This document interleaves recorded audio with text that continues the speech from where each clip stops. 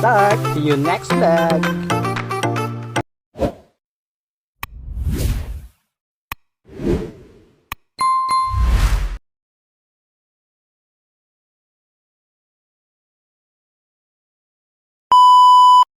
Okay guys, habang tayo po ay nagme-merienda po siya. Ito po ang ating mga panahog. Simple ulam lang po ngayong gabi.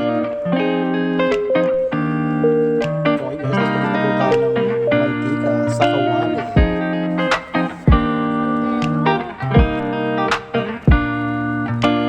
Okay guys, isa na po na tayo ng ating merkado. Punan po natin ng ating bumbay. Sinungjan. And then after that guys, sunod pa natin ang ating pawang. Pangong sa aswang. Maraming aswang ngayon bang kaibigan? So guys, may mekos-mekos lang po natin guys. Hanggang sa mag-golden brown.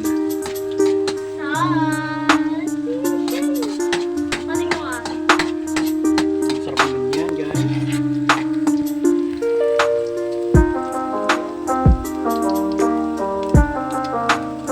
Siyempre guys, habang hinintay po natin ang mga golden brown ng ating carrots, i-mekos-mekos rin natin. Okay.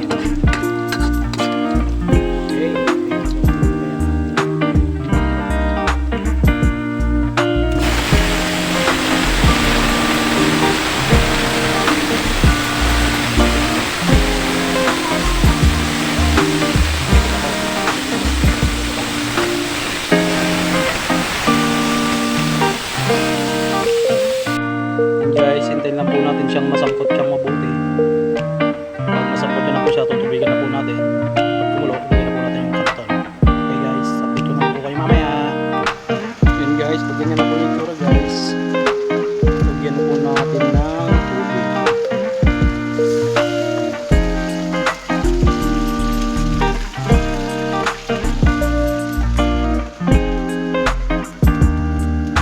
Tapos hintayin po natin kumulo. Guys, hintayin lang po natin siyang kumulo. Nilagyan ko na rin po pala siya ng oyster sauce masgas. Hindi pala. I mean. Tsaka lalagyan na rin po natin siya ng toyo. Ayan guys, nagbuburok-burok na po yung mga tubig niya guys.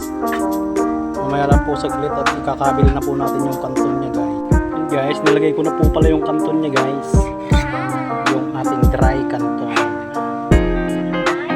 Mamaya-maya yan guys, wala na po sa baw yan kasi sisip-sipin ng kanton yung sabaw. Okay guys, ito na po ang ating dry canton with chicken adobo. Alright, let's start. See you next vlog.